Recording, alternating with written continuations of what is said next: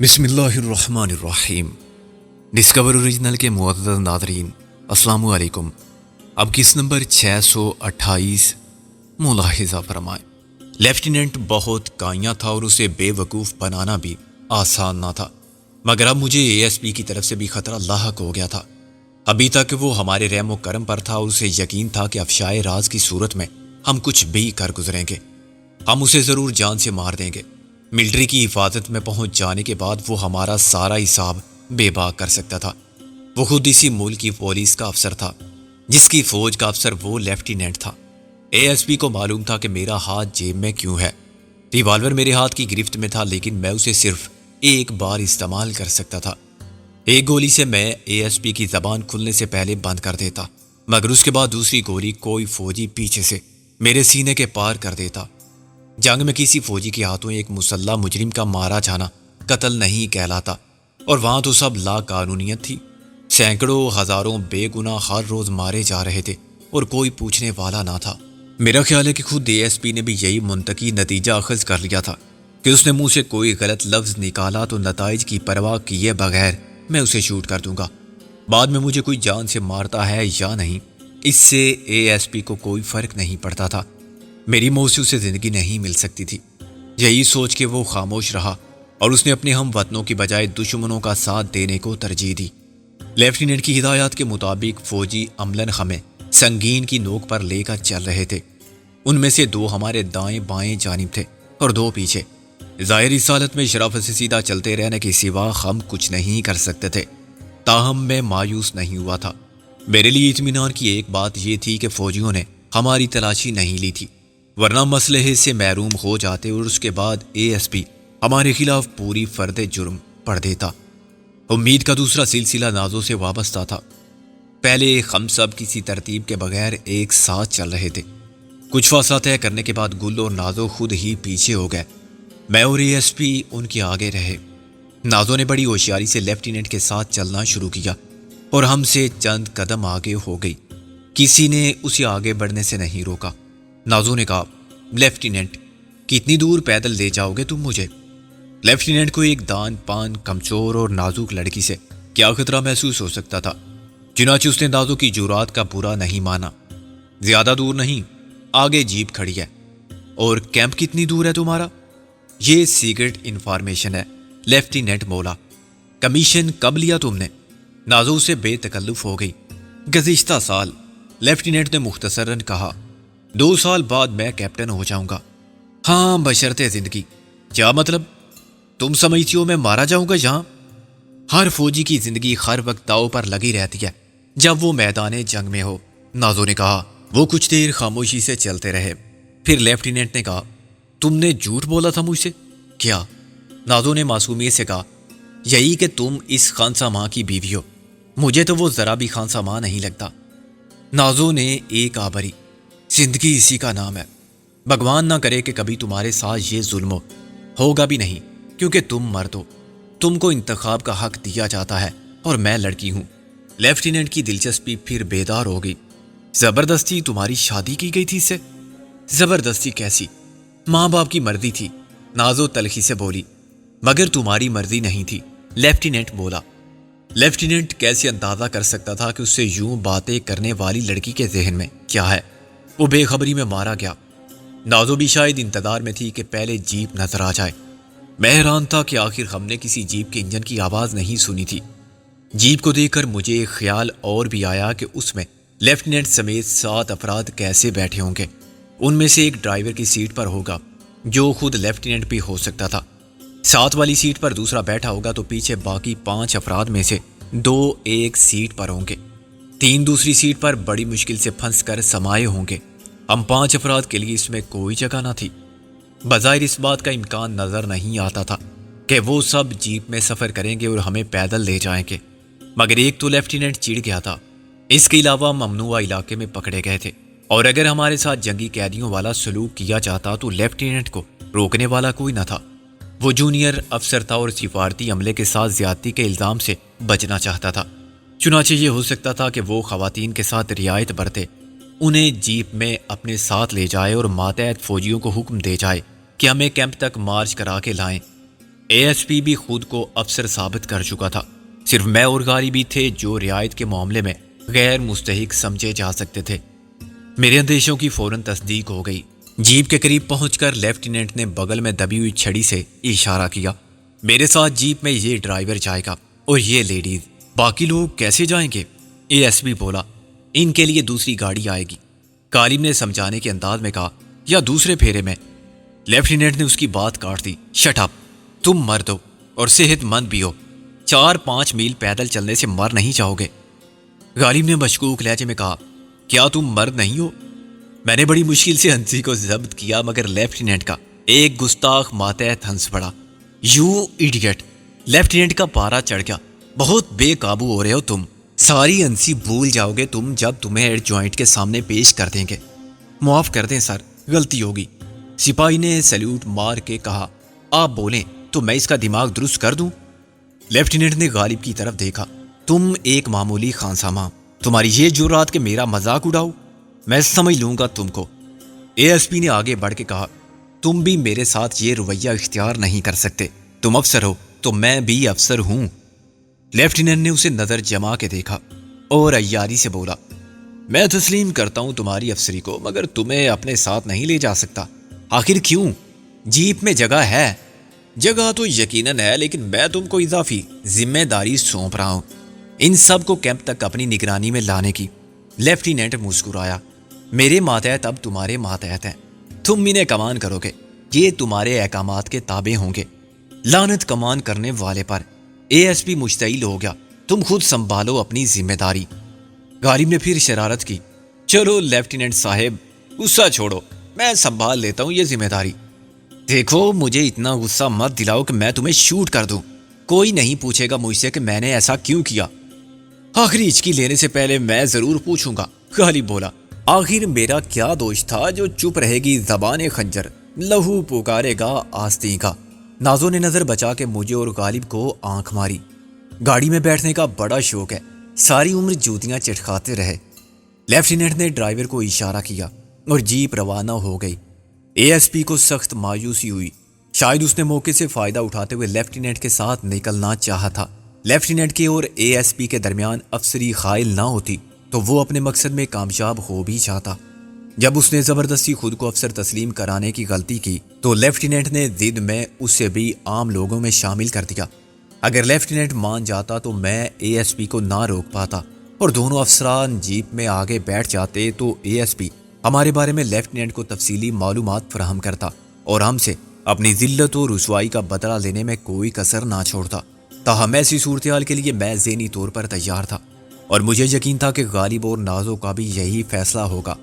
ہم دیکھتے کہ معاملات ہمارے قابو سے باہر ہو رہے ہیں تو آخری دفاع کے طور پر اے ایس پی کے ساتھ لیفٹیننٹ کو بھی یرغمال بنا لیتے، یا اے ایس پی کو گولی مار کے لیفٹیننٹ کو اور اس کے ماتحت فوجیوں کو اچانک اپنی ساری قوت استعمال کرتے ہوئے ہتھیار ڈالنے پر مجبور کر دیتے۔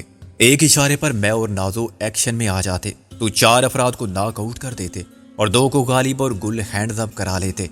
اے ایس پی جانتا تھا کہ لیفٹیننٹ کی سپاہ کچھ نہیں کر سکتی، انہیں تو پتہ بھی نہیں چلے گا اور بازی الٹ جائے گی۔ جب ہم فوجیوں کے نرگے میں روانہ ہوئے تو غالب کے اور میرے درمیان اے ایس پی تھا۔ ایک فوجی ہم سے چند قدم آگے تھا۔ تربیت کے اصول و قواعد و ضوابط کے مطابق 2 پیچھے چلتے رہے اور 4 ہمارے دائیں بائیں۔ غالب نے بڑی بے تکلفی سے اے ایس پی کے کندھے پر ہاتھ مارا، یار بڑی کوشش کی تم نے مگر ہماری نہیں چلی، جان چھڑا کے بھاگنا چاہتے تھے استاد۔ اے ایس پی نے کوئی جواب نہیں دیا۔ خیر جو ہوا اچھا ہوا، ہم کیا تمہیں جانے دیتے؟ رخصت کرنا ہی پڑتا تو دنیا سے رخصت کرتے۔ غالب آہستہ آہستہ بولتا رہا، یہ سالے بڑے غلط وقت پر آئے، مجھے تو نیند بھی آنے لگی تھی، کچھ نہ ملتا تو گھاس چر کے سو جاتا، اب پیدل چلنا ہی پڑے گا کچھ دور تک۔ یہ بھی بتا دو اس کے بعد کیا ہوگا؟ اے ایس پی نے تلخی سے کہا، کچھ نہیں، نازو ابھی لوٹ آئے گی جیپ لے کر، اس لیفٹیننٹ کو شامت اعمال لائی تھی ہماری طرف۔ غالب بولا، اب ہم قیام نہیں کر سکتے۔ میں نے آہستہ سے کہا، راتوں رات جتنی دور نکل جائیں اچھا ہے۔ غالب نے کہا، اس لشکر کا کیا ہوگا جو ہمارے ساتھ چل رہا ہے؟ نمٹ لیں گے ان سے بھی، یہ دشمن ہے، انہیں مار دینا ہی عقل مندی ہے، ورنہ ہم خود مارے جائیں گے۔ میں نے کہا۔ ایک فوجی نے کہا، چوپ شالا لوگ، اسی وقت جیپ کی آواز سنائی دی۔ اندھیرے میں لائٹس کی روشنی پھیلنے لگی، پھر جیپ نمودار ہوئی۔ فوجیوں نے ہمیں رک جانے کا حکم دیا اور جیپ کے قریب آنے کا انتظار کرنے لگے۔ ظاہر ہے وہ اپنے افسر کی واپسی کو کسی ناگہانی آفت، شکست یا موت کے خیال سے منسوب نہیں کر سکتے تھے، مگر میں اور غالب مقابلے کے لیے تیار ہو گئے۔ جیپ کی ہیڈ لائٹس کی چندیات دینے والی روشنی میں ونڈ سکرین کے پیچھے کسی کی صورت نظر نہیں آتی تھی، مگر مجھے معلوم تھا کہ جیپ کو نازو ڈرائیو کر رہی ہے۔ جیپ سامنے آ کے رکتے رکتے ایک جست لگا کے آگے بڑھی۔ اس سے پہلے کہ فوجی کچھ سمجھتے یا سنبھلتے، نازو نے دو کو کچل دیا۔ تیسرا جو پیچھے تھا بہت دیر سے بھاگا۔ نازو نے کسی تذبذب اور توقف کے بغیر جیپ کو یکدم موڑا اور تیسرے کے اوپر سے گزار دیا۔ نازو کی نیت تو میں نے جیپ کا رخ دیکھتے ہی سمجھ لی تھی، چنانچہ میں نے اکا بکا کھڑے ہوئے دونوں فوجیوں کو کسی دشواری کے بغیر ناک آؤٹ کر دیا۔ ایک تو گردن ٹوٹتے ہی گر گیا تھا، دوسرے نے رائفل اٹھائی تھی، مگر میری لات پڑی تو وہ سنبھل نہ سکا۔ رائفل کے ساتھ ہی نیچے گرا اور پھر نازو نے چیخ کر کہا، ہٹ جاؤ سکندر۔ میں ایک دم جست لگا کے پیچھے روانہ ہو گیا، ورنہ میرا ارادہ آگے بڑھ کر دشمن کے آخری سپاہی کو خود فنا کرنے کا تھا۔ نازو نے بڑی پھرتی اور مہارت کے ساتھ 10 گز قطر کے نصف دائرے میں جیپ کو دوبارہ انتہائی خطرناک رفتار پر گھمایا تھا۔ 3 فوجیوں کے اوپر سے جیپ گزارنے کے بعد بھی وہ رکی نہیں۔ اس نے دیکھ لیا ہوگا کہ میں 2 سے لڑ رہا ہوں، چنانچہ وہ میری مدد کے لیے پلٹ کر آئی۔ چوتھے آدمی کی بھیانک چیخ کے ساتھ ہی جیپ کا انجن بند ہو گیا۔ نازو کے ساتھ گل نے جیپ سے چھلانگ لگائی۔ میں نے اٹھ کر کپڑے جھاڑے۔ ویل ڈن لیڈیز، دشمن کے ساتھ تم نے مجھے بھی مار دیا تھا، سوری۔ تم ٹھیک ہو نا؟ نازو نے کہا۔ غالب نے کہا، وہ کہاں ہیں جن کے ساتھ تم فرار ہوئی تھی؟ نازو نے کہا، وہ تو ہمیں اغوا کر کے لے گئے تھے اور تم دیکھتے رہے۔ غلط، غالب نے کہا، تم بارضا و رغبت جیپ میں سوار ہوئی تھی، اس لیے کہ میں ایک معمولی خانسامہ ہوں اور وہ ایک فوجی افسر تھا۔ گل ہنسنے لگی۔ بیچارہ آیا تھا محاذ جنگ پر، مارا گیا دل کے ہاتھوں مجبور ہو کر۔ نوجوان تھا نا، جذبات پر قابو نہیں تھا۔ غالب نے کہا، کیا مطلب؟ کیا اس نے کوئی بدتمیزی کی تھی؟ وہ بدتمیزی کی کوشش تو کر سکتا تھا، نازو نے کہا۔ جیپ میں اسی لیے وہ اپنے ساتھ کسی کو بھی نہیں لے گیا تھا۔ تھوڑی دور جا کے جیپ روکی اور خود اتر کر پیچھے آ گیا۔ تم نے جال ہی ایسا پھیلایا تھا اور اسے کیا معلوم تھا کہ تم شکاری ہو؟ گل نے کہا، وہ تو خیر جلد باز تھا، تم نے بھی بہت جلدی کی، کم سے کم اسے اتنی مہلت تو دی ہوتی کہ تم سے حال دل کہہ لیتا۔ وقت کم تھا گل بانو، ورنہ میں اسے اظہار عشق کے لیے چند منٹ ضرور دیتی، اس کی آخری خواہش پوری ہو جاتی۔ نازو نے کہا۔ میں نے کہا، اب یہ بتاؤ کہ اپنے اس کشتہ تیغ ستم کو چھوڑا کہاں ہے؟ نازو نے ہاتھ سے اشارہ کیا۔ دونوں پیچھے پڑے ہیں۔ غالب نے کہا، انہیں ایسے پڑا چھوڑ کے نہیں جا سکتے ہم، پھر کیا رات ان کی آخری رسوم ادا کرتے ہوئے گزار دیں گے؟ نازو نے کہا۔ میں نے کہا، غالب ٹھیک کہہ رہا ہے، ایک ساتھ 6 فوجی افسر اور جیپ کے ساتھ غائب ہو گئے تو ان کے والی وارث خاموش نہیں بیٹھیں گے، وہ ایک حد تک انتظار کریں گے، پھر ان کی تلاش شروع ہوگی اور لاشیں ملیں گی تو اپنا سراغ خود دیں گی۔ مگر سکندر، سوچو ذرا، 7 لاشیں دفنائیں گے ہم یا جلائیں گے؟ نازو نے کہا، ہم انہیں سپرد خاک بھی نہیں کریں گے اور راکھ بھی نہیں کریں گے، دریا برد کریں گے۔ میں نے کہا، رات بھر میں دریا کا بہاؤ انہیں جہاں بھی لے جائے گا، بس ان کی وردیاں اتار لو تاکہ فوری شناخت ممکن نہ رہے۔ اے ایس پی سب کچھ سن رہا تھا، دیکھ بھی رہا تھا۔ شاید زندگی میں پہلی بار اس کا واسطہ حقیقی دہشت گردوں سے پڑا تھا، اور وہ ہم سب کے روپ میں فلمی کردار دیکھ رہا تھا جو ناقابل یقین حد تک افسانوی تھے۔ ہالی ووڈ نے ایسی بہت سی فلمیں بنائی ہیں جو پہلی اور دوسری جنگ عظیم کے دوران کمانڈوز کے کارناموں پر مبنی ہیں۔ اے ایس پی کا ہماری رفاقت کے دور کا تجربہ بھی کچھ ایسا ہی تھا۔ وہ چوروں بدماشوں سے نمٹنے والا شخص ایسے کسی گروہ کا تصور بھی نہیں کر سکتا تھا جو ہنستے کھیلتے 7 مسلح فوجیوں کو ٹھکانے لگا دیں اور ان کی لاشیں سپرد آب کر کے خاک جاڑتے ہوئے آگے روانہ ہو جائیں۔ وہ بے حد خائف اور مرعوب تھا۔ میں اور غالب جیپ لے کر پیچھے گئے اور دونوں لاشیں جیپ میں ڈال کر لے آئے۔ لیفٹیننٹ کا جسم ابھی تک گرم تھا اور یوں لگتا تھا جیسے وہ مرا نہیں، بے ہوش ہے۔ جو آدمی کچھ دیر پہلے افسری اور وردی کی اکڑ فوں کے سامنے کسی کو خاطر میں لانے پر آمادہ نہ تھا، وہ محض ایک لاش رہ گیا تھا۔ ہم نے اس لاش پر کپڑوں کا کفن بھی نہیں چھوڑا تھا اور اسے ایک نسبتاً بلند مقام سے یوں دریا میں پھینکا کہ بہاؤ اسے کنارے سے دور رکھے۔ جو 4 افراد جیپ سے کچلے گئے تھے ان کے جسم ٹوٹ پھوٹ گئے تھے اور ان کی وردیاں خون آلودہ چھیتھڑے ہو گئی تھی۔ ان وردیوں کو بدوزے گوشت کے ریشوں سے الگ کرنا دل گردے کا کام تھا اور ایک بھیانک تجربہ، لیکن اس کے بنا چارہ نہ تھا۔ لاشوں کو وردی کے ساتھ بہانا خطرناک ثابت ہو سکتا تھا۔ ہم نے گل اور نازوں کو دور رکھا اور ASP سے مدد کے لیے کہا، مگر وہ انتہائی بھوتا ثابت ہوا۔ خون کی مہلک اور پھٹے ہوئے جسم سے کپڑے کو الگ کرتے ہوئے اسے متلی ہونے لگی۔ میں نے غالب کے ساتھ مل کر چاروں مسخ شدہ لاشوں کے کپڑے ایک گٹھری کی صورت میں باندھے۔ اسے کہیں دفن کر دیتے ہیں، غالب نے کہا۔ میں نے نفی میں سر ہلایا۔ خون کی بو جنگلی جانوروں کو کھینچ لے گی، وہ اسے کھود نکالیں گے۔ زیادہ گہرا گڑھا کھودنے میں صبح ہو جائے گی۔ غالب نے دوسری تجویز پیش کی، پھر اسے آگ لگا دیتے ہیں۔ میں نے کہا، خون کے جلنے کی بو دور تک جائے گی۔ اس بنڈل کو اپنے ساتھ رکھتے ہیں، جہاں موقع ملا وہاں پھینک دیں گے، کسی کنویں یا جھیل میں۔ اسے ساتھ لے جانا بھی تو مشکل ہوگا۔ غالب نے لڑکیوں کی طرف دیکھا جو بڑے صبر اور استقلال کے ساتھ انتظار کر رہی تھی۔ دیکھو، جیپ میں کوئی بیگ ہو یا تھیلی، میں نے کہا۔ غالب نے سیٹوں کے نیچے سے ایک پلاسٹک کا واٹر پروف بیگ نکال لیا۔ وردیاں اس میں ٹھونس کے پیچھے رکھ دی گئی۔ خالی جگہ میں فوجی رائفلیں ڈالنے کے بعد میں نے وقت دیکھا تو رات کے 10 بجے تھے۔ ہم نے دوپہر سے اب تک کچھ بھی نہیں کھایا تھا اور صبح ہونے سے پہلے کچھ ملنے کی امید بھی نہ تھی۔ حالات اچانک ایسے ہو گئے تھے کہ بھوک پیاس کا خیال بھی کسی کے دل میں نہیں آیا تھا۔ پہلا مسئلہ اس پرخطر علاقے سے خود کو بحفاظت دور لے جانے کا تھا۔ ہمارے پاس 3 فوجی وردیاں ہیں، میں نے کہا۔ یہ دیکھو کہ کس کے سائز پر کون سی فٹ آتی ہے۔ مجھے کسی وردی کی ضرورت نہیں، ASP بولا۔ رات کے وقت 2 فوجیوں کے ساتھ ایک پولیس مین، اور وہ بھی فوجی جیپ میں۔ کہیں دوسری گشتی پارٹی مل گئی تو انہیں شک ہو جائے گا۔ میں نے بھی کہا، ہاں، ویسے ہم خود ایک فوجی پیٹرول پارٹی نظر آئیں گے، 2 لڑکیوں کے ساتھ۔ ASP تن سے بولا، لڑکیوں کو ہم چھپا کے رکھیں گے یا ان کے لیے کوئی سٹوری بنا لیں گے کہ انہیں گنڈوں حملہ آوروں سے بچا کے لائے ہیں، میں نے کہا۔ غالب نے کہا، ہم بھی اپنے کپڑے سنبھال کر رکھیں گے، صبح تم بھی پھر پولیس افسر بن جانا، جیپ صرف رات کے سفر کے لیے ہے۔ آخرکار ASP مان گیا۔ ہم نے وردیاں پہن لی جو بالکل فٹ تو نہ تھی، مگر جیپ میں بیٹھے ہوئے زیادہ محسوس نہیں ہوتی تھی۔ جیپ کے پچھلے حصے میں خون آلودہ وردیوں کے بنڈل پر اپنے کپڑوں کی گٹری ڈال کے ہم نے گل اور نازوں کو سوار کیا۔ وہ پیچھے کی 2 آڑی سیٹوں پر سمٹ کر لیٹ گئیں اور ہم نے واپسی کا سفر شروع کیا۔ چند منٹ میں ہم پھر وہیں پہنچ گئے جہاں ڈپلومیٹک نمبر والی کار لاوارث کھڑی ہوئی تھی۔ اب اس کا کیا کریں؟ غالب نے کہا۔ میں نے سوچ کر کہا، تم اس کو لے کر آگے چلو، راستے میں جہاں کوئی مناسب جگہ ملی اسے چھوڑ دیں گے۔ مناسب جگہ 20-25 کلومیٹر بعد ملی۔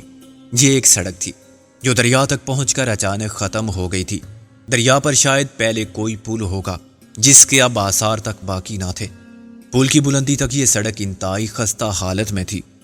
میں نے غالب سے مشورہ کیا اور کار کو دریا کی طرف موڑ کے کھڑا کر دیا۔ ہم نے جیپ میں سے خون آلود وردیوں کا بنڈل نکال کے کار کی سیٹ پر پھیلا دیا۔ سیٹوں کے درمیان فرش پر رائفلوں کو ڈھیر کیا اور وہ سب اسلحہ بھی جو اس فوجی جیپ میں تھا۔ جیپ کے پیچھے 20 لیٹر والا جیری کین بندھا ہوا تھا۔ میں نے اس کا کلیمپ کھول کر جیری کین کو الگ کیا، اس میں سے نصف پیٹرول جیپ میں ڈالا تو ٹینک فل ہو گیا۔ باقی 10 لیٹر پیٹرول میں نے کار میں سیٹوں کے اوپر ڈال دیا۔ خون آلود وردیاں پیٹرول میں تر بتر ہو گئیں اور پیٹرول نیچے بہ کر فرش پر اکٹھا ہو گیا جہاں اسلحہ پڑا ہوا تھا۔ اسلحے میں رائفلیں ہی نہیں، میگزین بھی تھے اور گولیوں کے ڈبے تھے۔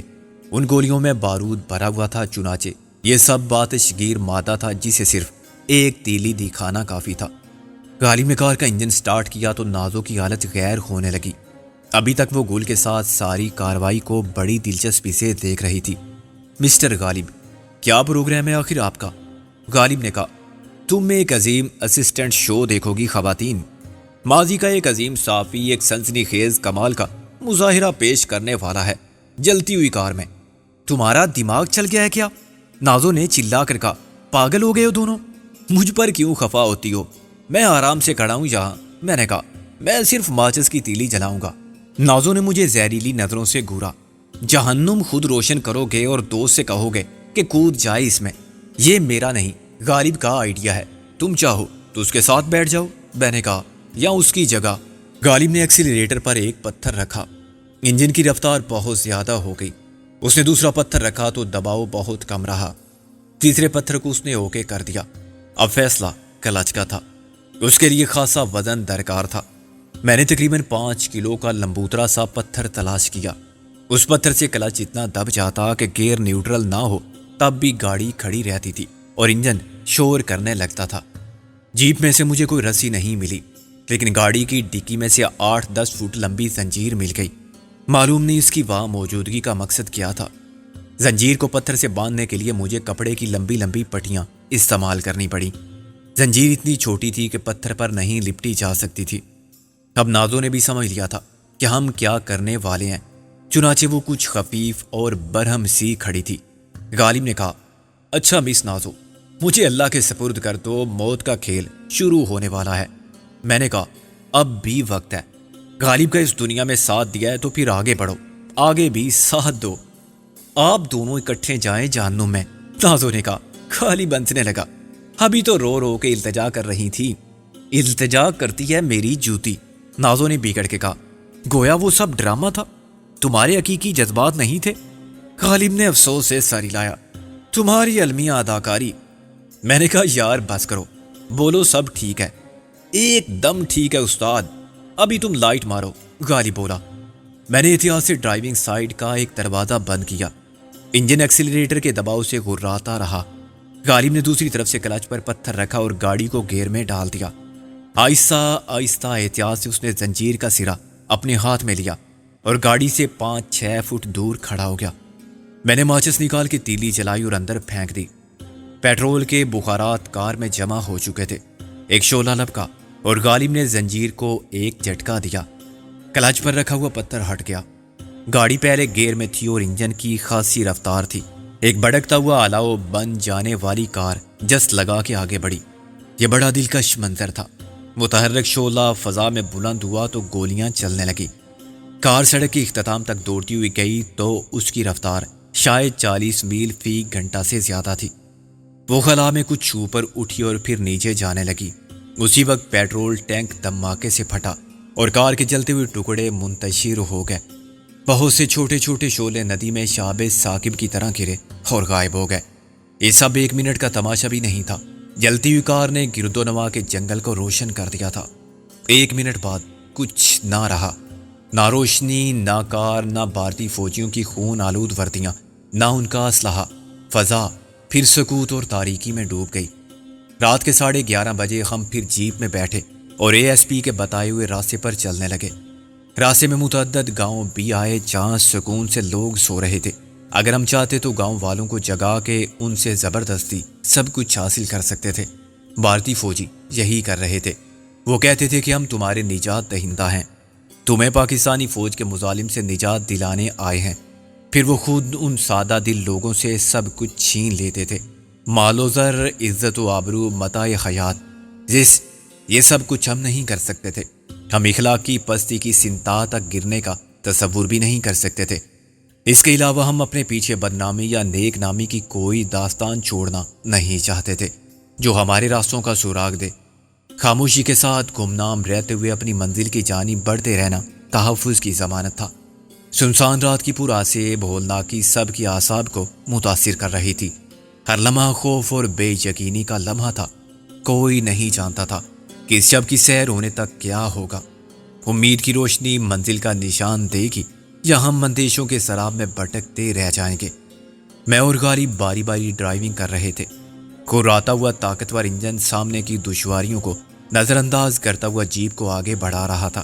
اس کے سب فولادی اعضاء بھرپور قوت کے ساتھ مصروف عمل تھے اور چاروں مضبوط ٹائر مسلسل دوڑ رہے تھے۔ انسان مشین بناتا ہے اور اسے قوت فراہم کر دیتا ہے، پھر مشین کارکردگی میں اپنے خالق سے مقابلے میں 1000 گنا بہتر ثابت ہوتی ہے، مگر آدمی کی غلام رہتی ہے۔ جیپ کوئی آرام دہ سواری نہیں ہوتی۔ ناہموار، پر پیچ اور دشوار گزار راستوں پر جھٹکے بہت زیادہ محسوس ہوتے ہیں۔ ایک پورا دن سفر میں کٹ گیا، پھر رات آئی تو آرام کی مہلت ملی اور نہ جسم کو توانائی۔ کچھ کھائے پیے بغیر ہم سفر کو جاری رکھنے پر مجبور ہو گئے۔ ذہنی و اعصابی تھکن الگ تھی۔ دل چاہتا تھا کہ جیپ روک دی جائے اور ہم آسمان کی چادر کے نیچے زمین کے بستر پر لیٹتے ہی سو جائیں، لیکن عقل اس خواہش کے خلاف برسرے بیکار تھی اور مسلسل خبردار کرتی تھی کہ جاگتے رہو، چلتے رہو. رکنے کی غلطی کی تو راستے بند ہو جائیں گے, منزل دور ہو جائے گی.